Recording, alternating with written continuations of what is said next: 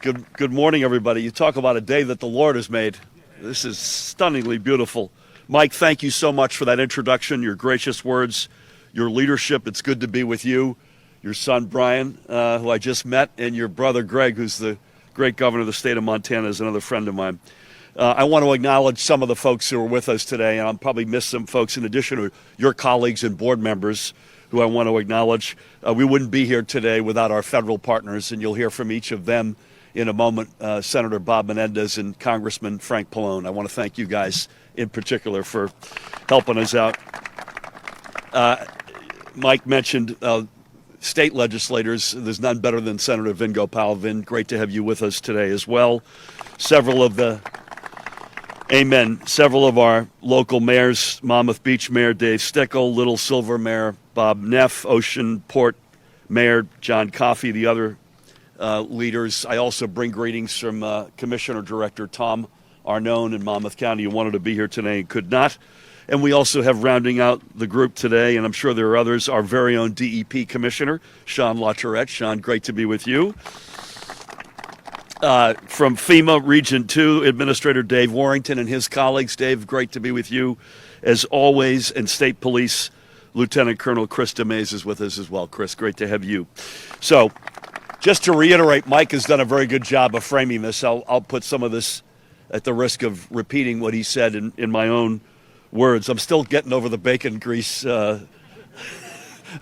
If you'll forgive me for being a little bit off kilter, that's a staggering amount of bacon grease, and I love bacon. So why are we here? As Mike said today, we're proud to announce the state will provide $20 million toward the Two Rivers Water Reclamation Authority's efforts to protect the system against future storms and replace outdated infrastructure. For those of you doing the math at home, the state's pitching in nearly a quarter of the project's total $85 million cost, and that funding is made possible thanks to FEMA grant money. And with all due respect to the state, we wouldn't be here without Dave's leadership in FEMA Region 2, and especially without Senator Menendez and Congressman Pallone's leadership for their support. We literally wouldn't be here without them. As Mike mentioned, in terms of the project itself, there are two parts. One is to replace the damaged 3,000-foot-long sewer line that runs underneath Pleasure Bay, and then separately moving a critical pump station out of a flood zone. And both of these actions will protect the infrastructure from future storms and make this system more climate resilient. I know infrastructure like sewer lines and water pumps may not seem exciting, but this is a big deal for the 90,000 people across a dozen towns and 2 military bases that rely on this system every day. The sewer line that we're replacing is not only 50-plus years old and reaching the end of its life, but again, as Mike said, was damaged during Superstorm Sandy, so there's a real risk that it could rupture. And if it did, things would get ugly fast. Millions of gallons of raw, untreated sewage would be dumped into the bay, hurting this beautiful waterfront that so many of us enjoy. And with that pipe out of commission, that could mean sewage is being sent back into people's homes, literally. So to put it mildly, that would be extremely unpleasant for those who have to deal with it. Now, as far as the pump station goes, that's critical to keeping flood water out. However, it is located in a flood zone and could be damaged like it was during Sandy, rendering it utterly useless when it is needed the most. As the saying goes, the best time to fix the roof is when the sun is shining. So we are being proactive, all of us together, in replacing this critical infrastructure now and making it more climate resilient rather than waiting until it's too late and a big storm inevitably hits. We know with climate change, it's no longer a question of if, but when that next superstorm will hit. Before I go on, I want to acknowledge my colleague Dan Kelly, who oversees all of our emergency management activities. So 10 years ago, we saw firsthand the vulnerability of our water and sewer treatment facilities. After Sandy hit, not a single water treatment or wastewater treatment plant in the state, not one, was fully operational. As a result, an estimated 3 to 5 billion gallons of untreated wastewater entered our waterways. And I'm proud to say that our $20 million investment in Two Rivers is emblematic of the hundreds of millions that we have collectively dedicated as a state to shoring up our water treatment facilities so we don't face the same problems we did after Sandy. Again, Mike kind of alluded to this. Replacing a sewer pipe may sound like a simple thing on the surface, but the Two Rivers project is a rather large and complicated undertaking. The sewer line we're talking about today is more than a half a mile long and buried underneath Pleasure Bay. And we'll have to bury the new one almost 100 feet deeper so that it is properly protected from future storms. So there's nothing simple about this project. And anybody who's ever worked with a contractor can tell you that complicated is another word for expensive. And that's the last thing that local governments want to hear. So without this grant funding we're providing today, the TWRA would have to borrow further to complete the project, and unfortunately that hits local ratepayers. But that's exactly why the state and the feds are stepping in to help out. Every dollar we can deploy, either from the state or federal level, is a dollar that stays in the pockets of property taxpayers and makes our communities more affordable. So we're proud, collectively, all of us, to make this investment. It's the smart thing to do. It protects critical infrastructure against climate change. It protects this ecosystem. It saves local taxpayer dollars. As Mike also said, it also creates a lot of really good jobs in this project. All of the above we could use. So I'm honored to be here today. And again, we would not be here with federal money without him. Please help me welcome our outstanding senior senator, Senator Bob Menendez.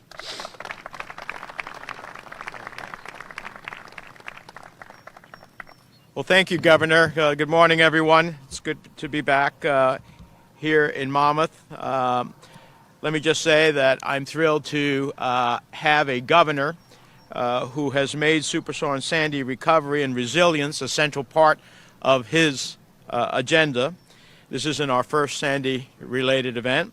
We shared many podiums and fought hard for Sandy families in places like Union Beach and Lavallette and Port Monmouth, just to mention some.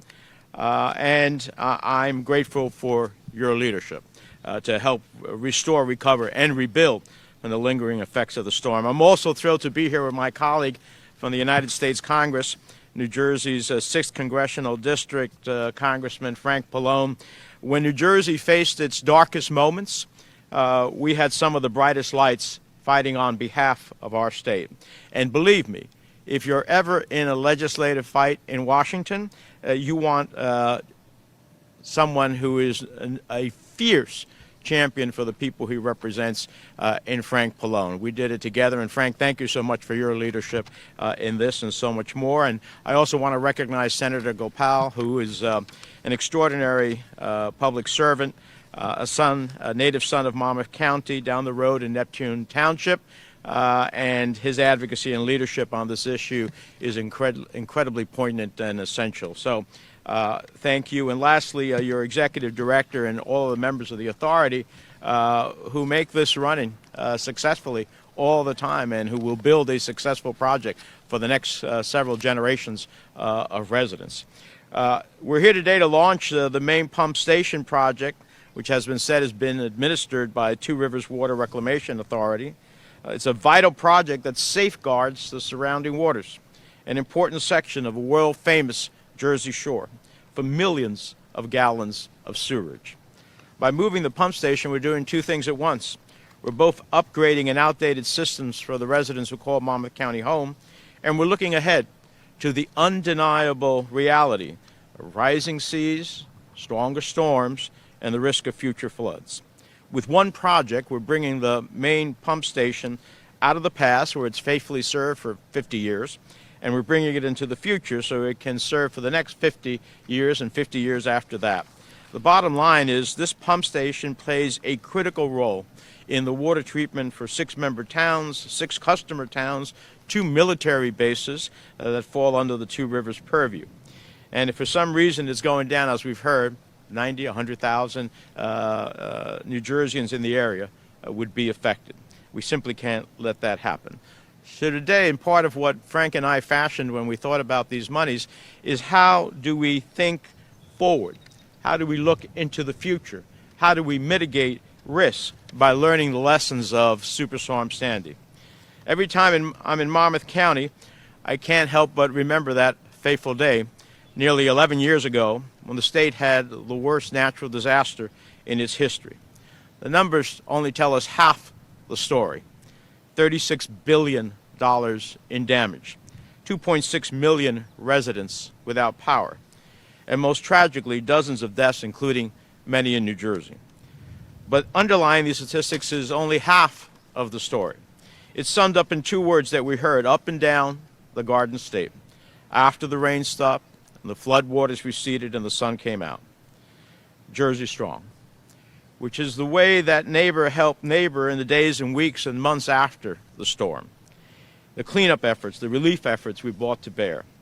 And Jersey Strong is the words of the older gentleman who I met when we were touring damage in Atlantic City. Half of his house had been washed away. It was completely open. It looked like a dollhouse. He was sitting inside of it. I went up to him and asked him, "How are you doing?" And he said, "I'm fine. How are you doing?" In that one sentence, we find the essence of Jersey Strong, of what makes this state so great. It's the reason that we've pushed so hard when the odds were against us.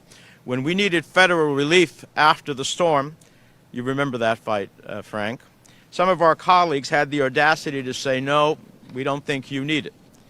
Members from states like Kentucky and Texas and Florida, where we have often voted to ultimately assure that they would have the responses to storms, because, after all, this is the United States of America, we always cast our votes for them. But when it came time for us, it was a little difficult. So, anyhow, when it comes to the well-being of New Jerseyans, we never back down from a fight. And we ultimately passed $50 billion to help our state rebuild. And later on, when homeowners were systematically being lowballed for their Sandy claims, we pushed FEMA and the insurance companies to reopen every single claim and decide them fairly. As a result, we secured more than $260 million, $260 million in payments that residents were entitled to but originally deprived of. It's an effort, particularly on Sandy relief clawbacks, that we're still working on today to make sure that everybody gets back in their home and no one loses it because they can't afford it. It's about making sure that we protect the next generation from the possibilities of what used to be a every 100-year storm, but right now becomes far more frequent. So as we think about this federal investment with the governor's direction of $20 million, it's fitting that we have every level of government here, because that's what it takes to ultimately achieve success. And to me, we won't stop fighting until we make sure that every aspect of Sandy recovery becomes a reality, and that it is only a moment of the past with a brighter future tomorrow. Thank you very much.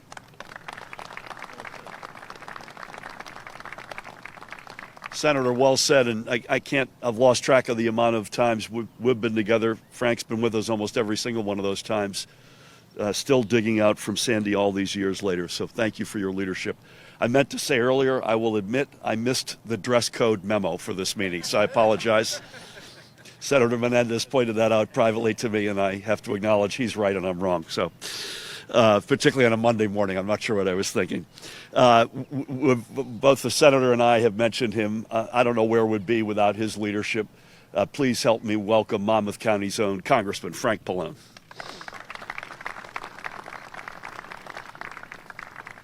Thank you, Governor. And I do have to mention some of the people that have already been mentioned, only because they've been so much involved with this. First, I have to say, with regard to the governor, he mentioned climate resilience. And the fact of the matter is, we've talked about Sandy, but we know that things are getting worse in terms of more severe storms, droughts, wildfires. I see our DEP commissioner here today.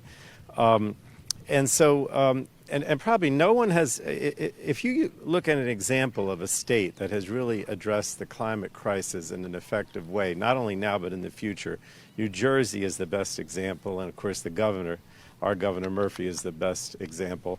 And I'm not, I'm just not saying this to be nice. I mean, when I'm down in Washington, everybody talks about New Jersey and your leadership on the climate issue, which is really ultimately the problem that we face here when we talk about Sandy and future storms. And the other thing you should know, and Senator Menendez mentioned, is this is federal dollars, but it's directed by the governor. So understand that if it wasn't for him, we wouldn't be getting it here at this sewage treatment plant. And I have to say, Mike, I love when I was telling Vin Gopal, I love all the analogies with sewers. I told Vin when I came here that, there was a time, maybe not so much now, when people would mainly know me because of what I did with sewers and sewer treatment. And I was always very proud of it. And people would say, well, why are you proud of that, Pallone? But it's true. I mean, it's so important. It really is. And then with regard to Senator Menendez, I don't know that many people realize that, he represents, and the governor, like 9 million people, over 9 million people in this state. But I watched him during Sandy, and even now, on an individual basis, meet with people and address their concerns, and he's still doing it. And to his credit, I've never, Bob, you heard me say, I've never seen so much personal activity by somebody like you dealing with the people that suffered during Sandy, and we're still at it with the clawbacks and so many other things. One more thing to Lieutenant Colonel. Thanks for all you do. He's going to be with us tomorrow in Washington when we have a hearing on AM radio to make sure we keep our AM radios and that's important during the storm too. I mean, that's the main reason that we're saying we have to have them, because if we don't have communications during a natural disaster, then we're really in trouble. So thank you for that. I better stop with all the thank yous. But I don't really have much to say, because I think a lot of it has been said about what we're doing here today. But let me just mention a few things, and I'll try to be brief. First of all, I don't want, we talk about the pump station and the sewer line and the possibility of the sewer line breaking. I was first elected, many years ago because we had the raw sewage coming from New York. And I would constantly criticize New York and say, you're not doing what you're supposed to do. And you're sending this raw sewage to New Jersey and closing our beaches. The last thing I would want would be to have to say that one of our sewer plants was doing that, right? So this is one of the reasons. We have to make sure that our sewer plants are upgraded so we don't have overflows, so we don't have breaks, so we don't have sewage going out into our rivers and streams. So Mike, again, thank you you've been so persistent with this. I mean, he calls us all the time, and I know his brother, he probably doesn't like to mention his brother, but his brother, the governor, was actually on my committee, and he had that same willingness to work with the other side and get things done that you have. So I have to mention that. And then the other thing I wanted to mention too is that when we have these types of investments, it really is more important than ever, as I said, because of climate change, right? So we know the devastation that we had from Sandy, but the fact of the matter is, unfortunately, we have to figure that there's going to be even more in the future. So that's why it's really important to upgrade these plants for the future, to make sure that we are prepared if in the future, if there is actually another storm, which is likely to come, unfortunately. So I don't want to repeat everything. I just want to thank everybody. That everyone's very much involved. This is one of those things that involves the state, the local, and the federal government in a very effective way to get things done. So thank you again. Am I going to introduce Vin? I didn't mention Vin because I'm going to introduce him. Vin Gopal, our state senator. Talk about getting things done. We had an event the other day, a rally, and all everybody was saying was that if you want to get something done, you have to go see Vin Gopal because he's the guy to do it. So come on up. We're going to call you the master of everything. Thank you. Thank you all. Thank you, Governor, and thank you to the incredible federal leaders, everyone being here, the mayors, the commissioners. I'm so, as someone who is born and raised in Monmouth County and now a state senator representing this incredible county, living not too far away on the other end of Long Branch here, the amount of resources and funding we have seen come into this county in the last several years, and I don't think you cover Middletown, right, Mike? So the governor's not doing this because it's middle, but the amount of funding that has come in has been extraordinary.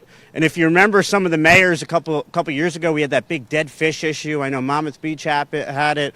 The governor stepped up, made sure funding was here to get that cleaned up.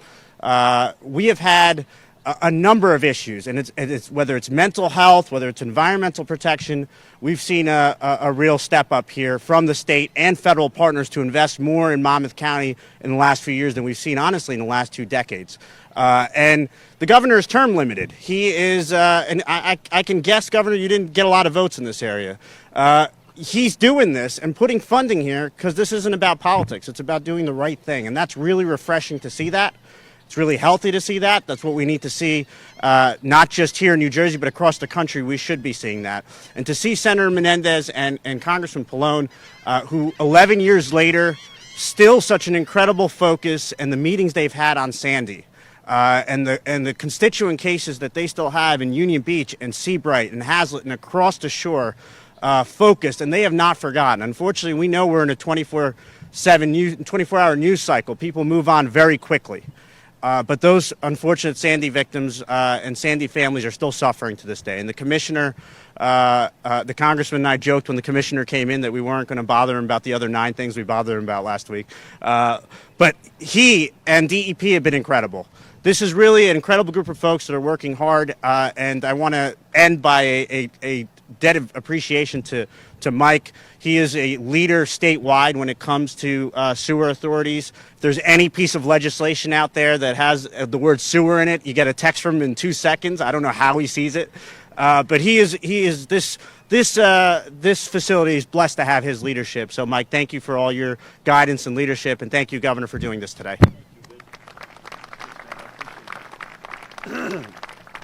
Vin, well said as usual, and thank you for your leadership.